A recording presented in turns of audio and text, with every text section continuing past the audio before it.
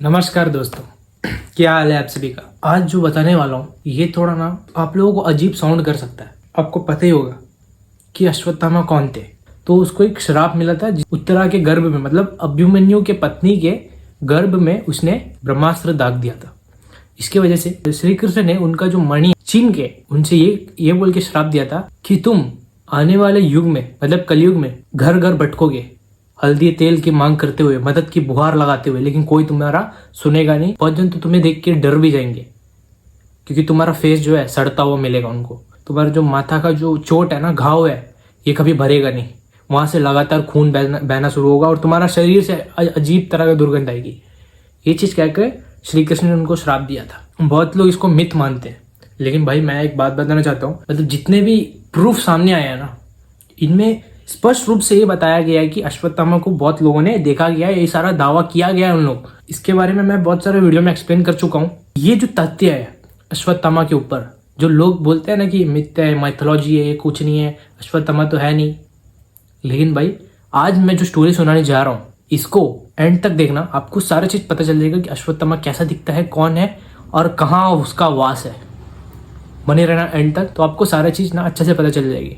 तो चलते हैं आगे। ये वाक्य आज से 20 साल पहले की है। राज तिलक भारद्वाज के साथ बीती हुई। ये मध्य प्रदेश के एक छोटे से गांव में रहने वाले थे। इनका जो गांव है ना, ये एक विचित्र गांव था, मतलब एक अलग ही प्रकार का एक गांव था। लोग अक्सर इस बात से डरते थे कि पर्टिकुलर एक रास्ते में, उस गांव के पर्टिकुलर एक रास्ते में, मतलब एक जगह में, वहां से एक रास्ता गुजरता है। वहां में जो भी लोग आता जाता है, रात में या दिन में, दोनों टाइम में वहां से आने वाले लोग जो है ना, वहां से जाने से डरते हैं इस बात से कि लोग जितने भी गए हैं ना वहां से, वो या तो ब्लाइंड हो जाते हैं, या तो गूंगे हो जाते हैं, या तो दिमागी संतुलन खो देते हैं, तो किसी किसी का मृत्यु भी हुआ है वहां में। एक कर्स होता है ना, श्राप बोलते हैं, वो उनको लगा कि रास्ता ही श्रापित है।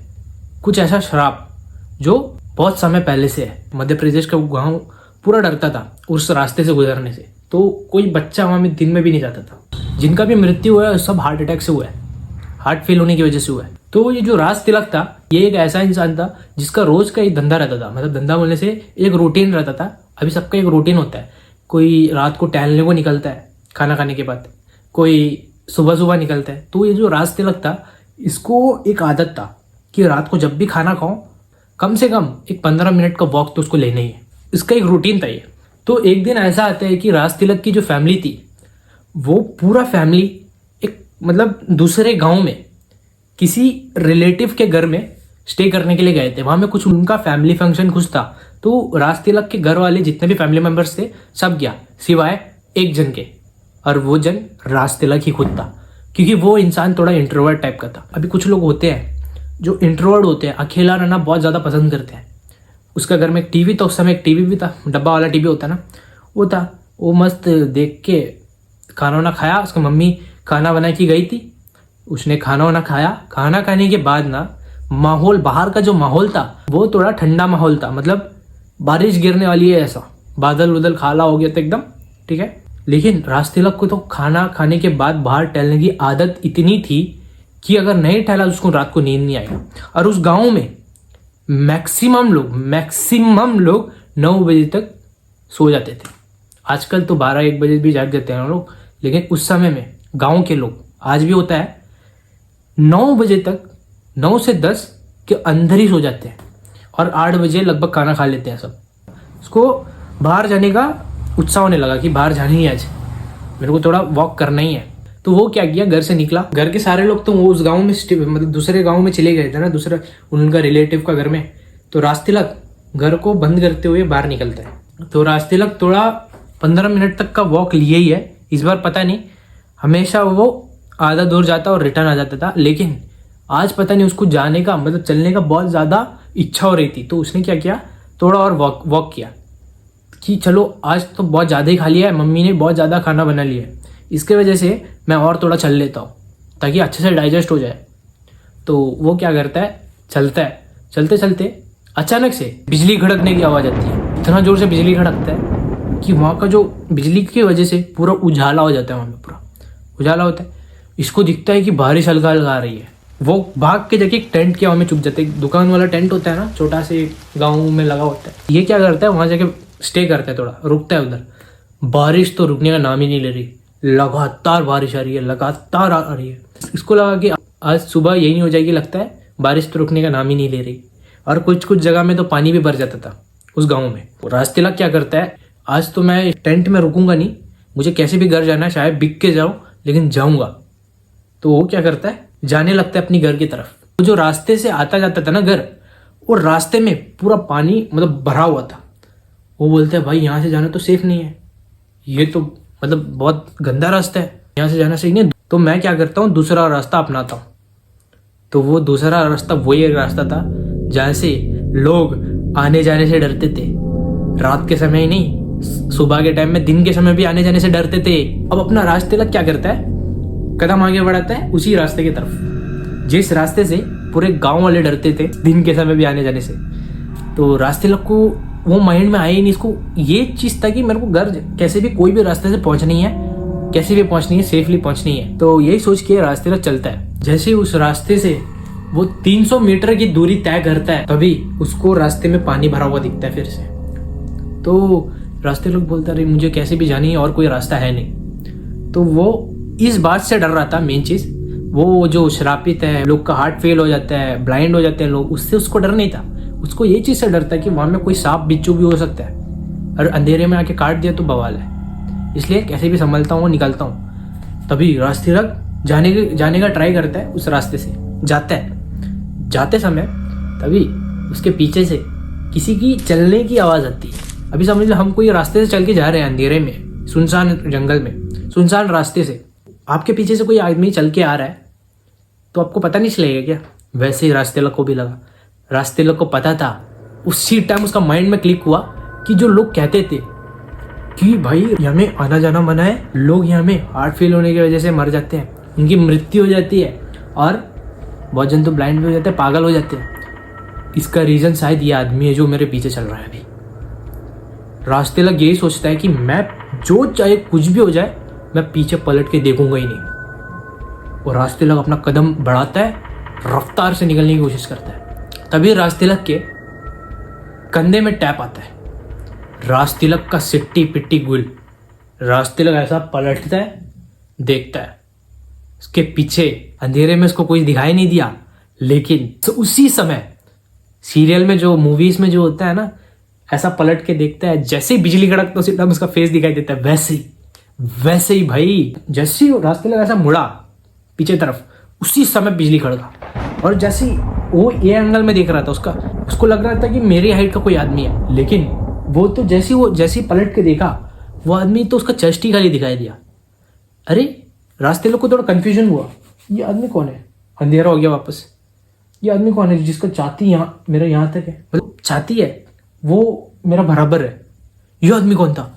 और दूसरा बार जैसे ही बिजली कड़का, वो इस बार मुंह ऐसा देखा, भाई इसका तो सिट्टी पिट्टी गुल। रास्ते लग नीचे गिर गया देख के उसको।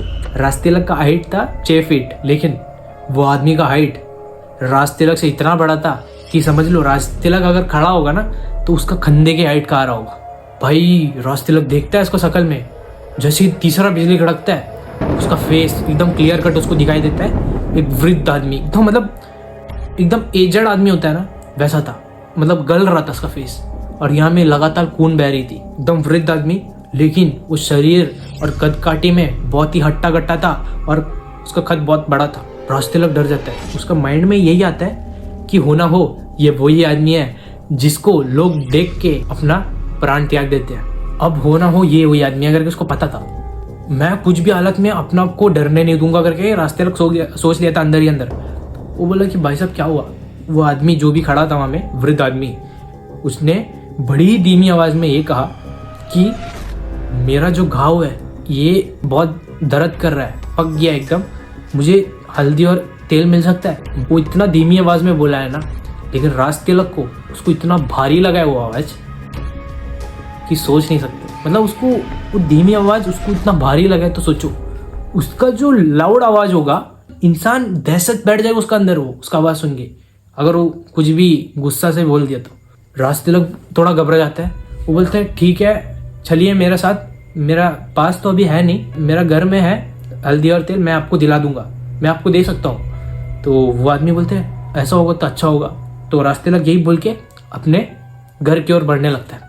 रास्ते लग आगे आगे, पीछे पीछे वो आदमी, रास्ते लग आगे आगे, पीछे पीछे वो आदमी आ रहा है। उसको आहट महसूस हो रहा है बराबर, रास्ते लग को कोई मेरे पीछे पीछे आ रहा है, लेकिन वो पलट के देख नहीं रहा है। उसको डर लग रहा है, ठीक है, लिटरली उसका पैर हाथ सब कांप रहा है, एक तो बारिश की वजह से और ऊपर से वो आदमी की वजह से।